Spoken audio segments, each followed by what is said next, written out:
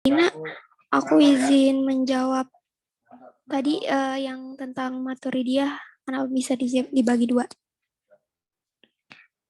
Jadi awal mulanya itu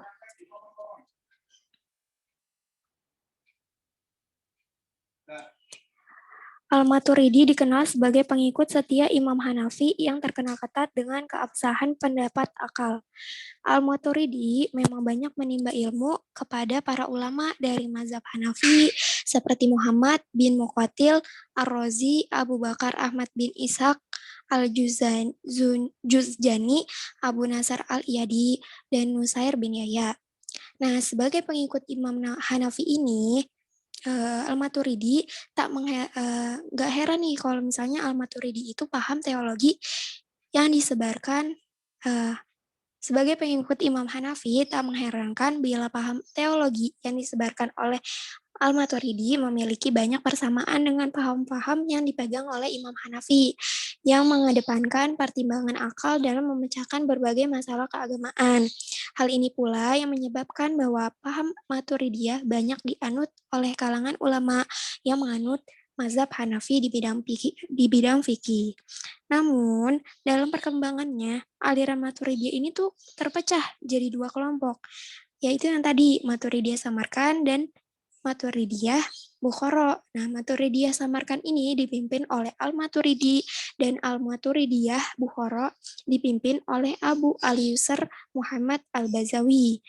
Al-Bazawi merupakan pengikut Al-Maturidi yang penting dan penerus yang baik dalam pemikirannya.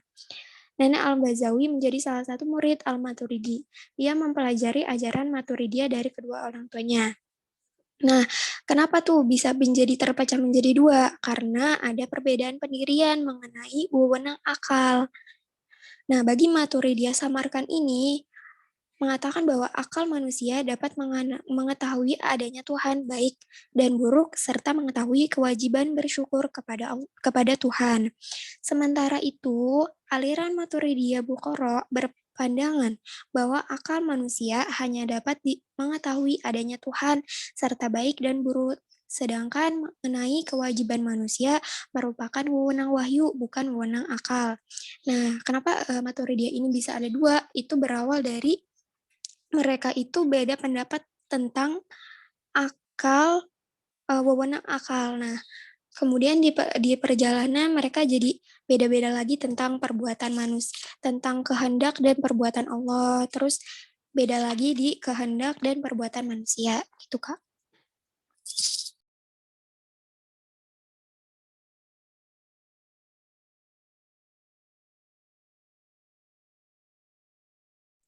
Berarti karena perbedaan teologi gitu ya Kak, perbedaan pendapat pemikirannya gitu ya. Tapi tetap Al-Maturidi gitu ya, tetap dia ngikut ke mazhab Hanafi gitu. Iya, Kak. Jadi emang dia tuh sama nih Al-Maturidi. Cuma di dalam Al-Maturidi ini tuh dia kayak kan awalnya dia emang ikut ke mazhab Hanafi. Nah, di perkembangan zaman gitu dia jadi kayak beda nih tentang akal gitu kan. Nah, terus jadi di perbedaan akal ini mereka kayak mengatakan lagi nih kalau misalnya kayak gini, kalau misalnya akal tuh kayak ini kayak gini. Nah, maka dari itu jadi di perbuatan Allah gitu, di perbuatan manusia, mereka kan jadi beda kan pendapat. Kalau Samarkan itu samanya dengan Mu'tazilah, kalau Maturidi Bukhara itu samanya dengan Asy'ariyah gitu. Tapi sebenarnya mereka itu punya persamaan, cuma emang ada perbedaannya gitu. Tuh, Kak.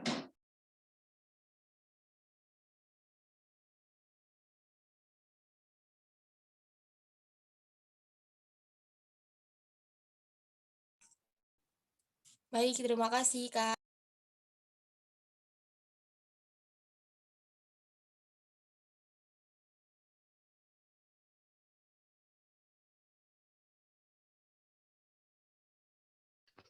Kak Hanifah, boleh diulangi lagi pertanyaannya? Oh iya Kak, kan tadi di bagian aliran Mu'tazilah yang awal itu Kak, yang tentang perbuatan Tuhan, itu kan ada kewajiban-kewajiban Allah ya. Nah itu maksudnya itu kewajiban di situ tuh bagaimana ya Kak? Apa Allah diwajibkan gitu atau bagaimana Kak? Ya, baik Kak, terima kasih.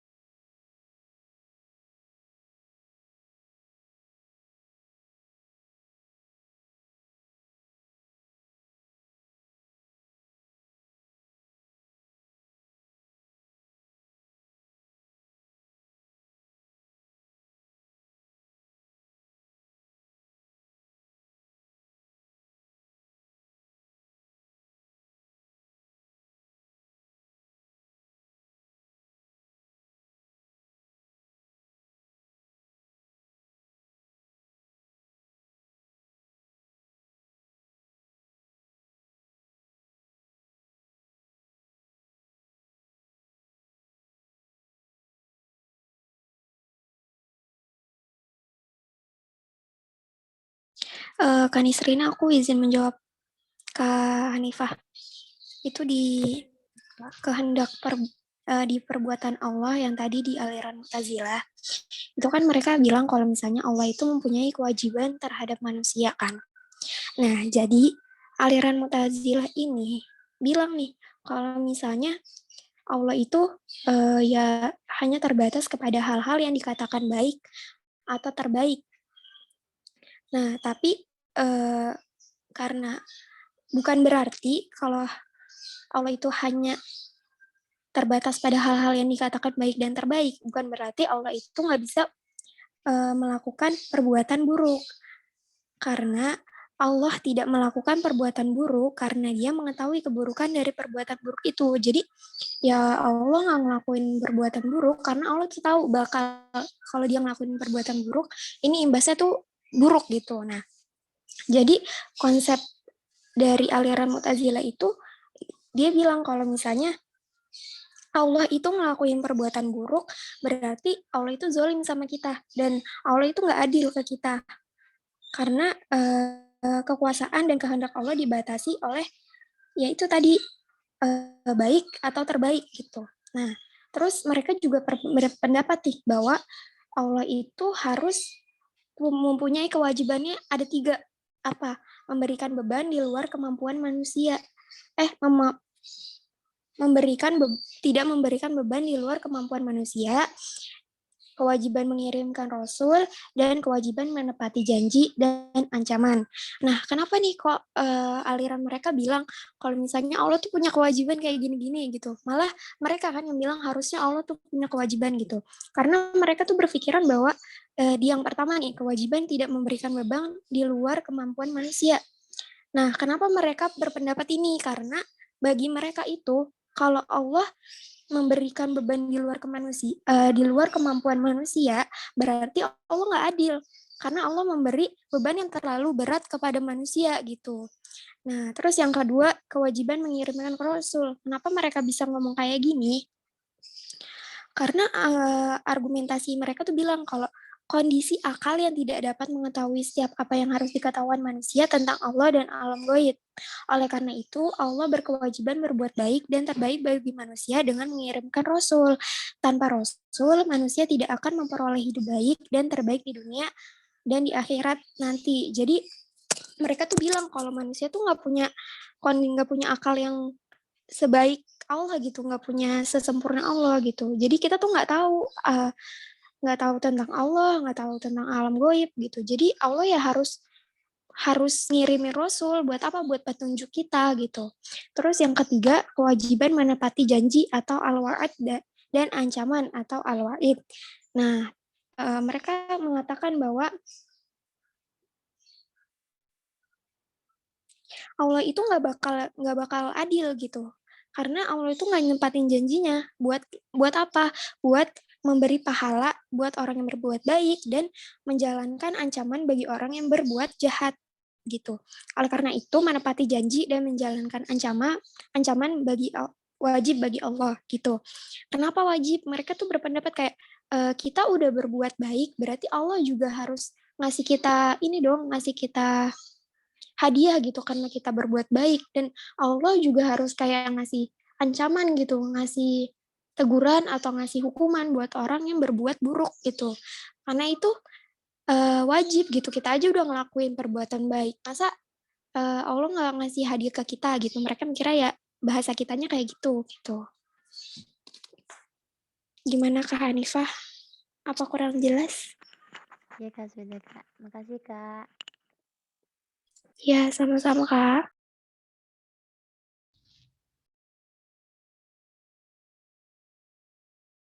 Terima kasih Kak Lulu. Pertanyaan yang belum terjawab itu yang pertanyaannya Kak Sri Hartini. Katanya apa maksud kehendak dan daya manusia dalam kata arti sebenarnya dan bukan dari kiasan menurut Maturidiyah samakan ingin dicontohkan. Tanya.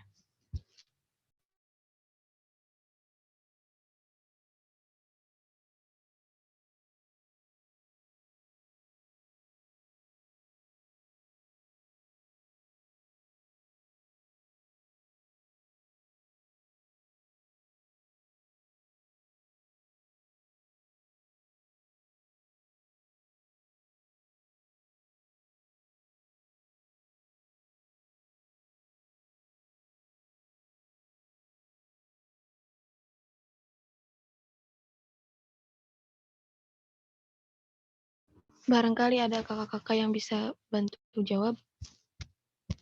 Silahkan.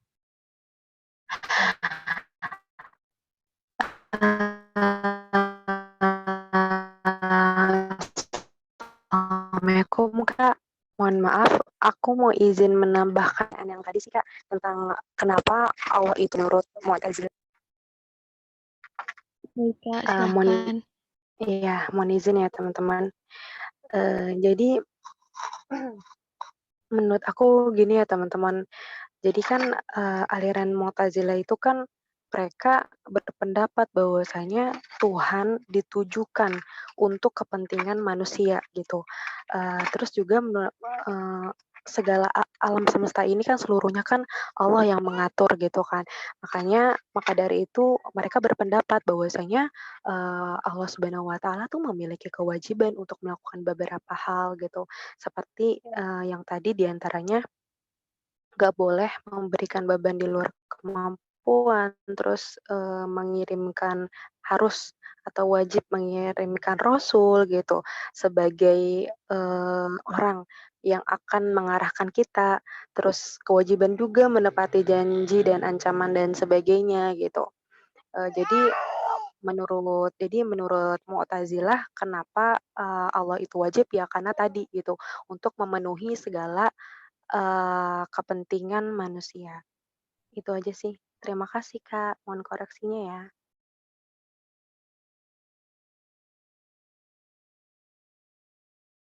Sama-sama Kak Hamidah.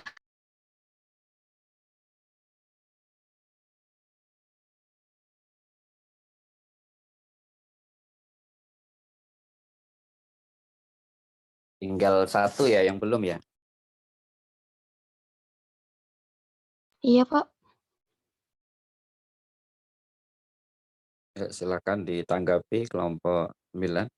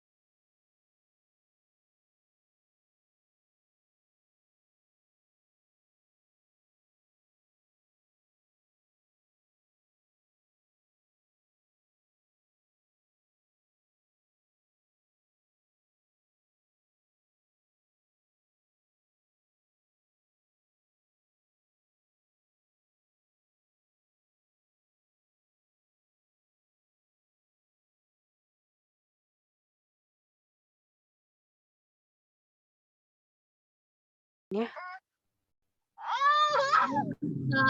Winda izin menjawab boleh Kak yang pertanyaan tadi?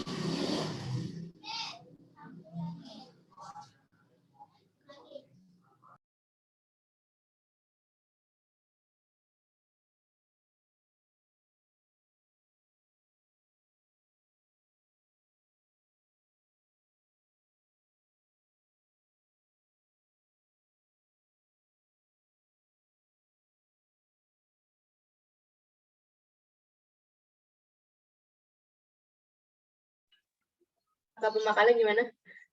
Kak Winda nanya. Boleh. Iya Kak, jadi gini, yang ditanyain sama Kak Titin itu ada di buku yang Abdul Razak itu ada di halaman 194 ya Kak. Nah itu footnote-nya ada di buku Harun Nasution. Jadi gini maksudnya menurut Maturidiyah samarkan adalah kehendak dan daya manusia dalam arti sebenarnya, bukan dalam arti kiasan.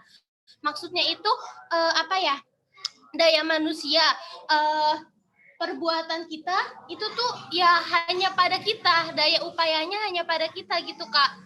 Ini beda sama ya nanti Maturidiyah Bukhara. Karena bedanya kenapa gitu? Karena kalau Maturidiyah Bukhara dia itu perwujudan perbuatannya tuh perlu ada dua daya. Dua dayanya itu apa? Pertama manusia itu nggak punya daya untuk melakukan perbuatan.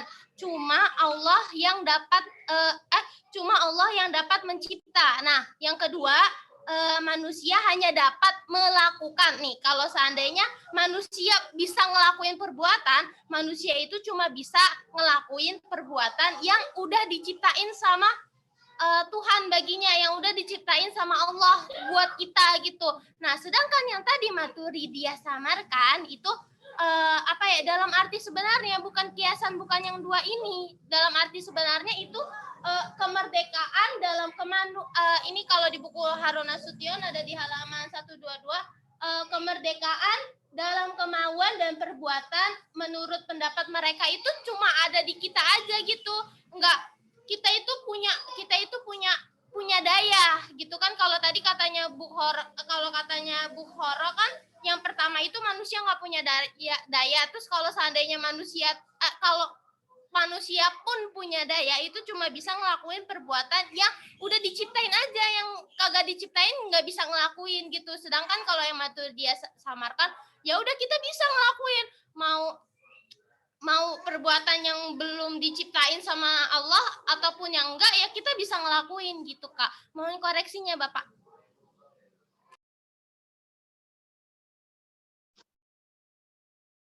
Winda, terima kasih. Masih ada lagi yang belum dijawab? Sudah Pak, sepertinya sudah semua. Ada Ya. pertanyaan yang lain?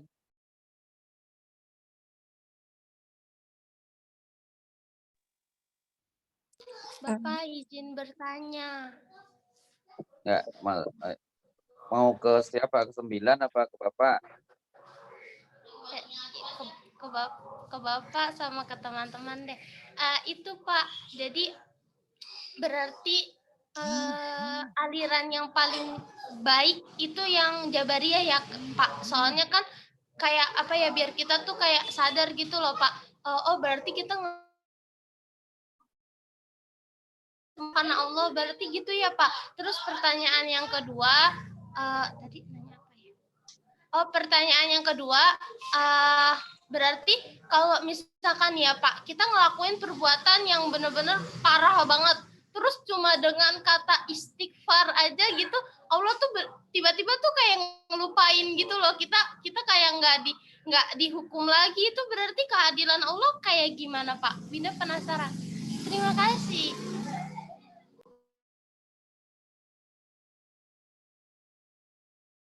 Ya, ini aja dulu, ditutup dulu kelompok 9-nya. Nanti Bapak berikan catatan sama kita diskusikan termasuk dari Winda. Baik Pak, terima kasih untuk Bapak dan teman-teman semua. Sekian presentasi kita kita pada hari ini. Kurang lebihnya mohon maaf. Wassalamualaikum warahmatullahi wabarakatuh.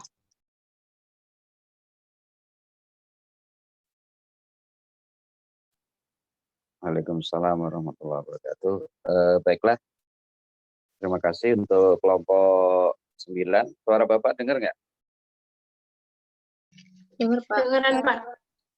Oke, terima kasih kelompok 9 udah presentasi tentang 2 tema besar ya. Kekuasaan, perbuatan Tuhan dan perbuatan manusia. Bapak berikan beberapa catatan, mudah-mudahan catatan-catatan ini sekaligus menjawab beberapa pertanyaan dari teman-teman tadi. Pertama, ilmu kalam itu ilmu yang berbicara tentang teologi ya, tentang ketuhanan. Ketuhanan itu intinya tentang keesaan Tuhan, tentang tauhid. Oleh karenanya, seluruh aliran di dalam ilmu kalam itu sebenarnya niatnya adalah mengesahkan Tuhan atau mentauhidkan Tuhan dengan sebenar-benarnya dengan argumentasi dan keyakinan masing-masing aliran. Termasuk ketika berbicara tentang perbuatan Tuhan, Mu'tazilah itu berpikir begini, Allah itu punya punya doktrin dalam tauhidnya, laisa kamitslihi syai'un. Al-Qur'an kan mengatakan tidak ada yang menyerupai Tuhan sesuatu pun ya. Jadi Tuhan itu unik. Tuhan itu nggak boleh disamakan dengan makhluk. Oleh karenanya, ketika berbicara tentang perbuatan Tuhan, orang Mu'tazilah mengatakan Tuhan tidak mungkin berbuat zalim. Kenapa Tuhan tidak mungkin bahkan tidak mampu berbuat zalim? Karena kalau Tuhan berbuat zalim, itu Tuhan sama dengan makhluk. Manusia kan bisa berbuat baik, bisa berbuat zalim, bisa berbuat buruk. Kalau Allah bisa berbuat buruk, ya Allah sama dengan makhluk. Karena itulah orang-orang Mu'tazilah meyakini bahwa Allah tidak mungkin, bahkan tidak mampu ya, berbuat zalim. Kalau Allah berbuat zalim, ya Allah sama saja dengan manusia, dengan makhluk. Dia tidak sempurna lagi. Karena itulah Mu'tazilah kemudian melanjutkan pendapatnya dengan mengatakan bahwa Allah berkewajiban. Allah itu berkewajiban hanya berbuat baik, bahkan terbaik. Ya. Ingat doktrin as-shalah wal aslah. Allah itu wajib berbuat baik, bahkan terbaik untuk hambanya. Jadi logikanya itu harus dibangun. Bahwa Allah tidak sama dengan makhluk, termasuk manusia. Salah satu kelemahan yang terjadi pada manusia, ciri manusia itu bisa berbuat baik, bisa berbuat buruk. Karena Allah tidak sama dengan manusia, maka Allah tidak mungkin menurut orang Mu'tazilah berbuat zalim. Bahkan Allah tidak mampu berbuat zalim, oleh karenanya Allah hanya berbuat yang baik, bahkan terbaik as-shalah wal aslah. Itu yang pertama. Yang kedua, orang-orang Mu'tazilah juga punya doktrin al-adl. Punya doktrin Allah itu punya sifat al-adl. Punya sifat adil. Salah satu dari konsekuensi keyakinan Mu'tazilah Allah bersifat al-adl, maka Allah punya kewajiban menurut orang Mu'tazilah. Pertama, tidak membebani manusia di luar batas kemampuan. Kalau enggak adil dong. Masa orang enggak mampu disuruh melakukan sesuatu. Segitunya gitu ya orang Mu'tazilah itu kan rasional. Yang kedua, Allah juga wajib, benar-benar wajib. Allah itu disebut adil kalau kemudian konsekuensinya Allah harus atau berkewajiban mengirim Rasul. Sebab kalau Allah tidak mengirim Rasul, maka Allah nggak adil. Karena apa? Karena manusia tidak punya penjelasan yang lengkap tentang ajaran-ajaran agama. Gimana menjelaskan alam gaib ya, surga, neraka dan sebagainya. Kewajiban berbuat baik dan buruk dan sebagainya pada manusia kalau nggak ada yang nerangin. Kalau nggak paham kan nggak punya kewajiban. Bahkan Al-Quran kan mengatakan wa ma kunna mu'adzabina hatta nab'atsa rasul. Kami tidak akan menghukum manusia sampai kami utus rasul. Kalau seseorang belum pernah ada dakwah di dalam hidupnya, mereka nggak punya kewajiban taklid. Ada orang nih tinggal di satu daerah terpencil, nggak pernah ada dakwah, nggak pernah tahu risalah, itu menurut Quran tidak wajib diberi beban hukum. Maka Allah menurut Mu'tazilah wajib mengirim Rasul untuk apa? Agar manusia mengerti ajaran agama, mampu membedakan mana yang baik dan buruk, mampu memahami alam kubur, mampu memahami alam akhirat dan sebagainya, bahkan yang gaib. Kalau tidak, nggak adil. Gitu. Orang disuruh melakukan sesuatu, sementara tidak diberikan penjelasan yang lengkap tentang sesuatu itu. Bagaimana mungkin orang melakukan sesuatu nggak ngerti sesuatunya apa. Ini ada sosialisasi kan sekarang tilang elektronik gitu. Nggak pernah dikasih tahu ya. Tiba-tiba kirim aja ke rumah bahwa Anda melanggar lalu lintas. Ya, orang marah-marah. Tapi kalau sekarang udah dikasih tahu, ada sosialisasi, hati-hati, sudah ada beberapa provinsi yang menerapkan tilang elektronik. Nah, itu maknanya, keadilannya di situ kalau orang masih melanggar baru ditilang. Yang ketiga, termasuk juga doktrin keadilan Tuhan menurut Mu'tazilah, Allah punya kewajiban al-wa'du al-wa'id. Allah udah janji nih, kalau akan memberikan reward, pahala bagi yang berbuat baik, akan memberikan punishment atau siksa bagi yang berbuat buruk. Allah nggak mungkin, bahkan menurut Mu'tazilah Allah wajib menepati itu. Kan udah janjinya sendiri. Kalau nggak berarti Allah zalim. Dan kalau Allah zalim nggak mungkin. Gitu. Maka ada konteks ditekankan betul orang Mu'tazilah berkewajiban dalam 3 hal tadi. Tidak membebani manusia di luar batas kemampuannya, mengirim Rasul kepada hamba-hambanya, dan berkewajiban menepati janji dan ancaman. Itu menurut orang-orang Mu'tazilah. Sementara orang-orang Asy'ari tidak setuju dengan Mu'tazilah. Tidak setujunya di mana? Tidak setuju pada konteks Mu'tazilah mengatakan Allah punya kewajiban. Sebab kalau Allah diwajibkan melakukan sesuatu dan tidak melakukan sesuatu, kata orang-orang Asy'ariyah, berarti Allah nggak mutlak kekuasaannya. Jadi sama-sama walaupun berbeda pendapat, Al-Asy'ari ingin bertauhid juga. Karena mereka meyakini bahwa innallaha ala kulli syai'in qadir. Allah itu maha kuasa. Kekuasaan Allah itu mutlak. Allah itu bisa berkehendak sekehendak Allah. Tetapi kalau Allah menurut Mu'tazilah dibebani dengan Allah wajib A, wajib B, gitu. Allah nggak mutlak lagi. Jadi ini yang perlu ditekankan ya, yang perlu diingat bahwa bukannya kemudian orang-orang Asy'ari tidak meyakini Allah mengirim para rasul, Allah tidak membebani seseorang di luar batas kemampuannya, atau Allah menepati janji. Bukan itu poin. Tetapi Asy'ari tidak setuju dengan Mu'tazilah pada poin mewajibkan Tuhan untuk mengirim para rasul, mewajibkan Tuhan untuk al-wa'du al-wa'id, mewajibkan Tuhan untuk tidak membebani di luar batas kemampuan. Yang ditolak, ditentang Asy'ari adalah kata-kata mewajibkan itu. Sebab kalau dikatakan ada mewajibkan, berarti Allah tidak kuasa lagi secara mutlak. Padahal menurut Al-Ghazali, menurut tokoh-tokoh Asy'ari, Allah itu mutlak kekuasaannya, nggak boleh. Intinya gini, Allah tidak boleh diatur sama yang lain. Perbuatan Tuhan itu sekehendak Tuhan saja. Walaupun kita tahu kan Asy'ari golongan Ahlus Sunnah wal Jamaah Walaupun Allah mempunyai kehendak mutlak, tapi kan Allah kita tahu dalam Al-Quran. Innallaha la yukhliful mi'ad. Ya, Allah tidak pernah mengingkari janjinya. La yukallifullahu nafsan illa wusaha. Allah tidak akan pernah membebani luar batas kemampuannya. Tadi Bapak katakan wa ma kunna mu'adzabina rasul. Allah tidak akan pernah menghukum seseorang sebelum diutus para rasul.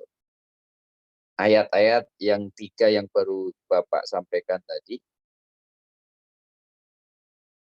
itu menurut Asy'ari adalah, ya memang biarkanlah Allah melakukan itu.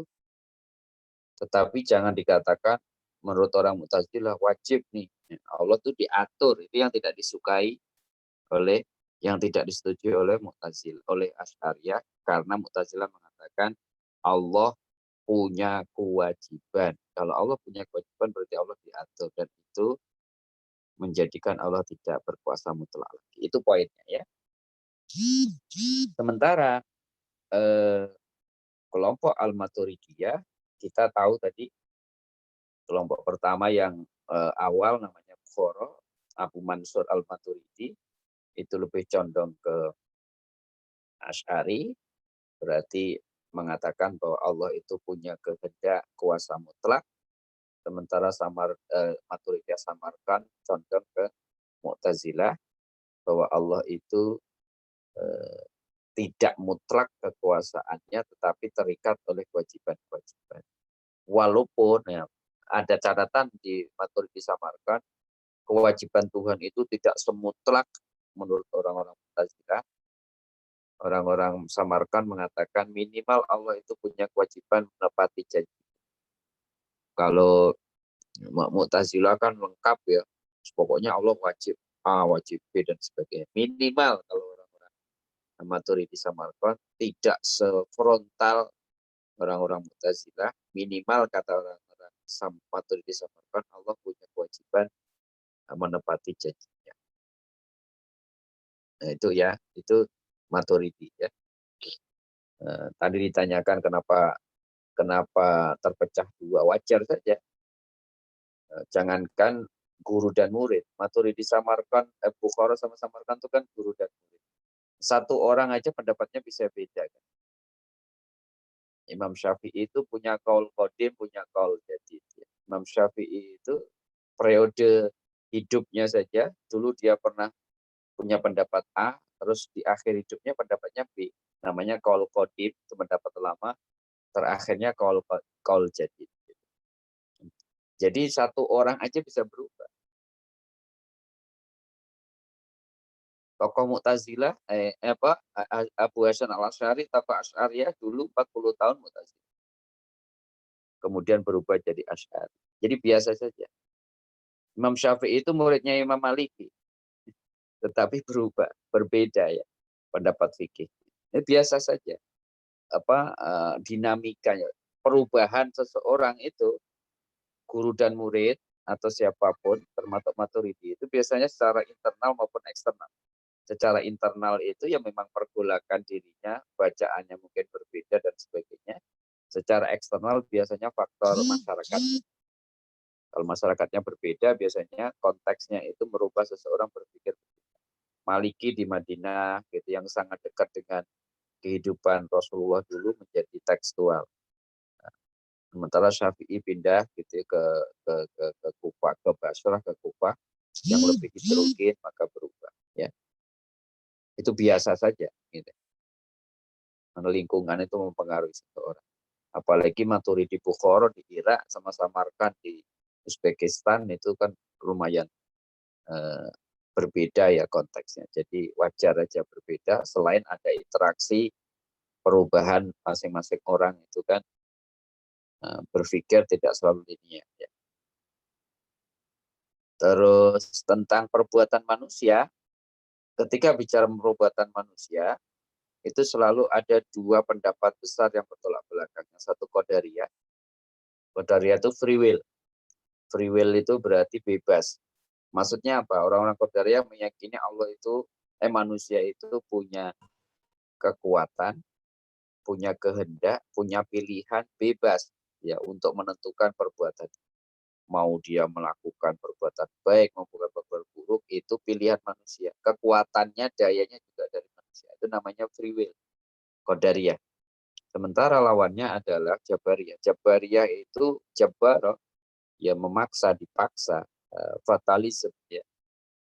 Jadi orang-orang yang meyakini bahwa manusia tidak punya daya, tidak punya kekuatan, tidak punya pilihan untuk menentukan perbuatannya sendiri. Semua sudah ditentukan oleh Tuhan. Seperti wayang yang ditentukan oleh dalangnya.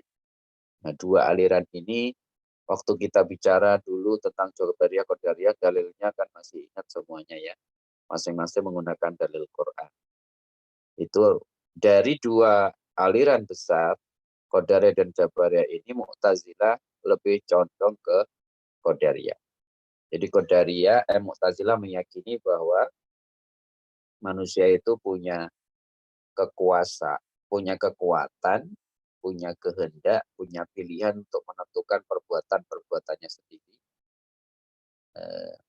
Oleh karenanya, manusia bebas memilih melakukan perbuatan baik maupun perbuatan buruk, tetapi juga harus punya konsekuensi atas pilihan-pilihannya. Itu orang-orang Mu'tazilah.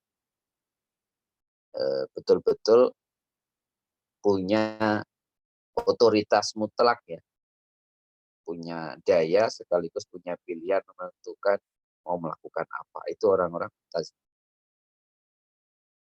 Karena apa? Karena orang-orang Mu'tazilah mengatakan kalau kemudian manusia nggak punya pilihan, manusia nggak punya kehendak untuk menentukan perbuatannya, nggak adil dong. Nanti masa orang nggak punya pilihan kemudian dihukum ya, kemudian dimintai pertanggungjawaban. Logika berpikirnya seperti itu. Sementara Asy'ari, mereka mencoba menjembatani, mengatakan begini kira-kira. Asy'ari kan dengan konsep kasabnya mengatakan begini. Sumber kekuatan atau daya untuk melakukan sesuatu menurut Asy'ari itu berasal dari Tuhan. Ya. Kekuatannya, sumbernya itu berasal dari Tuhan. Sementara setelah manusia mendapatkan daya dan kekuatan yang bersumber dari Tuhan, itu yang disebut kasab, memperoleh itu kasab, maka menggunakan daya dan kekuatan yang berasal dari Tuhan untuk melakukan perbuatan baik atau buruk itu sudah pilihan manusia. Ya.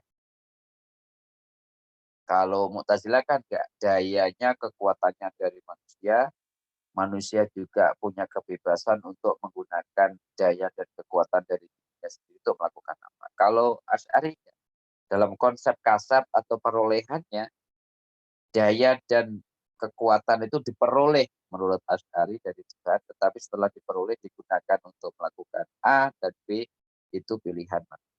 Ya. Bedanya di situ. Konsep kasabnya orang-orang Asy'ariyah. Sementara Maturidi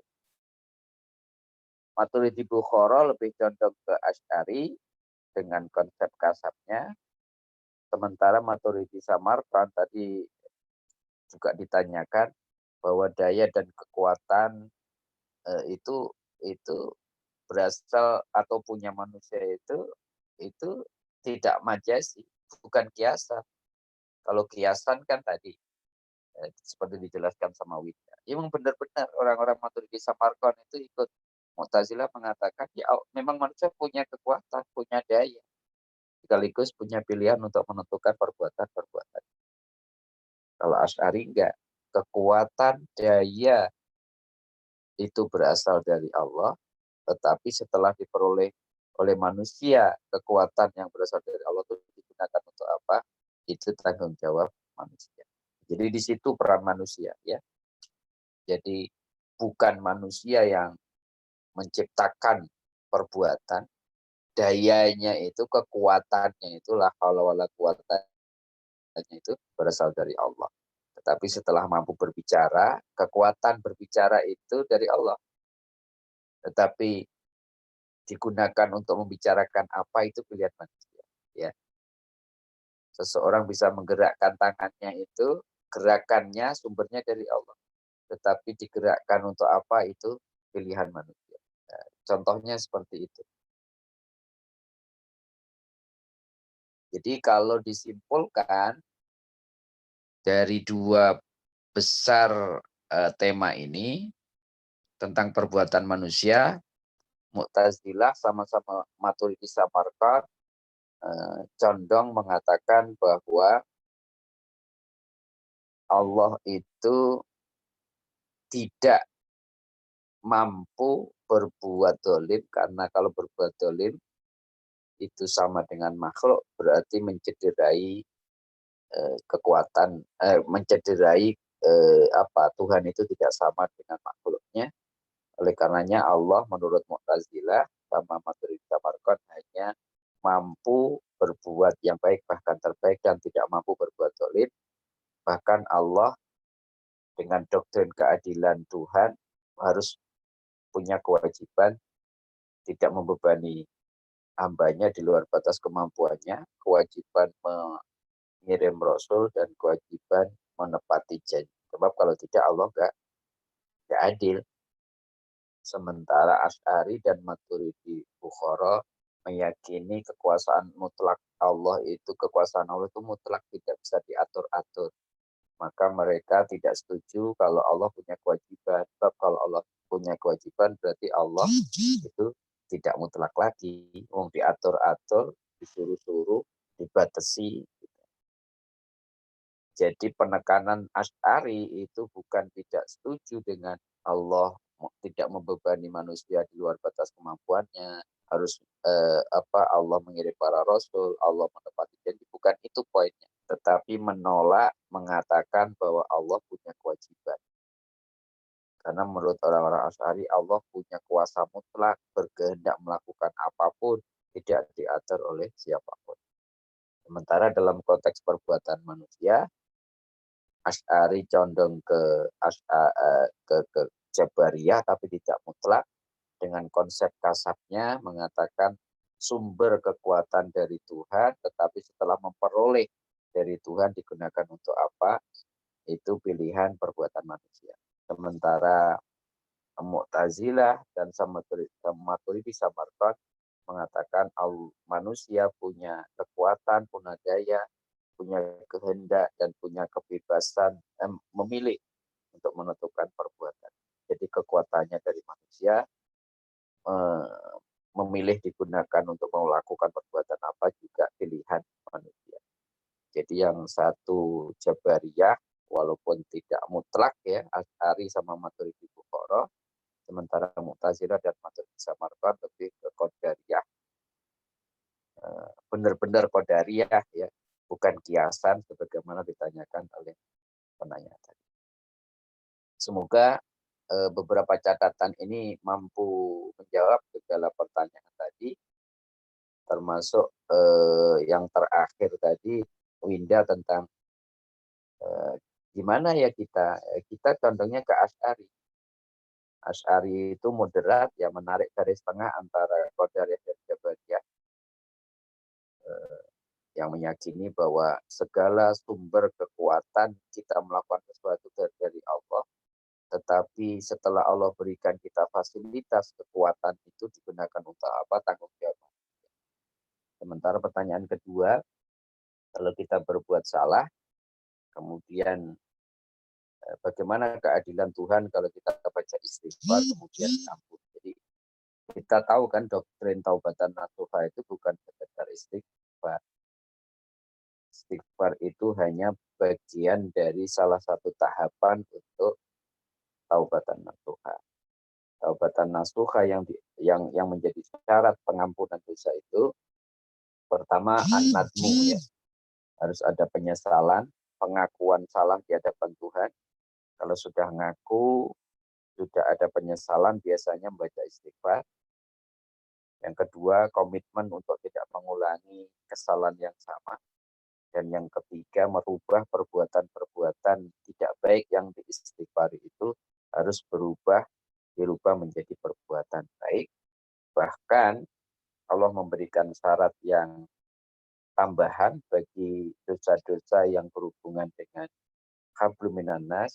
Allah tidak akan pernah mengampuni sebelum kita mendapatkan ridho atau pemaafan dari orang yang pernah kita berbuat. Jadi tidak semudah yang kita bayangkan ya. Sebab kalau kita menganggap bahwa terlalu rojak ya, bahwa Allah akan mengampuni sebesar apapun dosa hamba dengan baca istighfar, takutnya nanti kita menganggap remeh dosa, tetapi juga tidak boleh terlalu takut menganggap bahwa Allah menutup pintu ampunannya serapat-rapatnya. Yang benar adalah antara khauf dan roja, antara berpengharapan, berprasangka baik, dan rasa takut itu harus digabung pada titik tengah.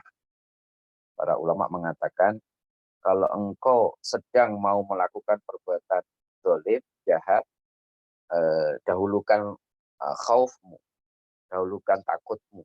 Ingat bahwa Allah Maha menghukum, bahwa Allah Maha yang bersifat, kemudian karena takut ini dikedepankan, kita nggak jadi melakukan perbuatan zalim. Tetapi kata para ulama sufi, ketika engkau terlanjur telah melakukan kedoliman dan kemaksiatan, dahulukan rojakmu itu dahulukan, jangan takutnya. Kalau kita dahulukan takutnya, padahal kita sudah melakukan perbuatan zalim, nanti kita malah jauh dari itu. Tapi rojak, segera ambil air wudhu, sholat taubat, dan kemudian rojaknya yang dikedepankan. Rojak itu apa? Berpengharapan bahwa Allah akan mengampuni dosa-dosanya ketika dia mengetuk pintu maghfirahnya dan kemudian melakukan rukun-rukun pertaubatan yang Bapak tadi sampaikan. Jadi antara khauf dan roja, kita pernah diskusi di semester 1 itu, tidak boleh berdiri sendiri. Nah, di masing-masing orang komposisi antara khauf dan roja itu beda-beda, tetapi kira-kira gambarannya yang Bapak tadi sampaikan. Itu beberapa catatan yang Bapak bisa sampaikan. Monggo kalau ada yang kurang paham,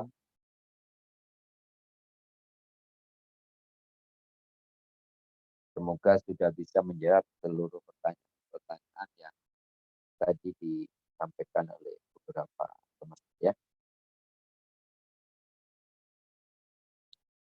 Jam kedua ada ini ya, desain lagi ya? Iya, Pak. Iya, nggak terasa ya udah jam 9.10.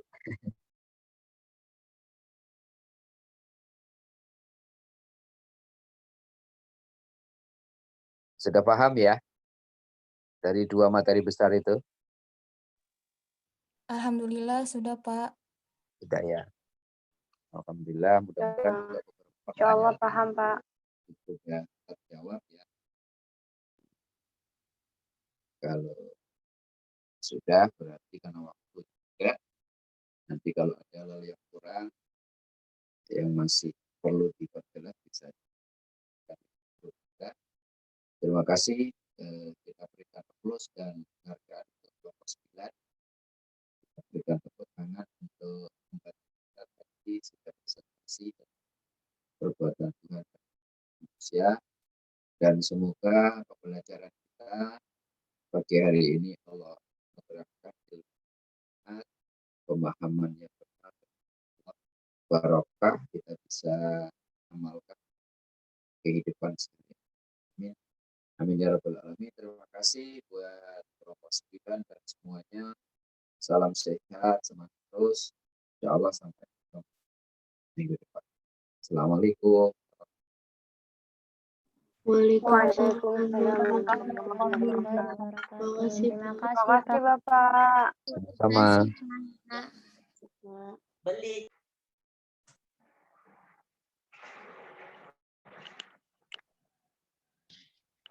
Absensinya ya, mohon minta tolong ditunggu bagi penanggung jawab matkulnya.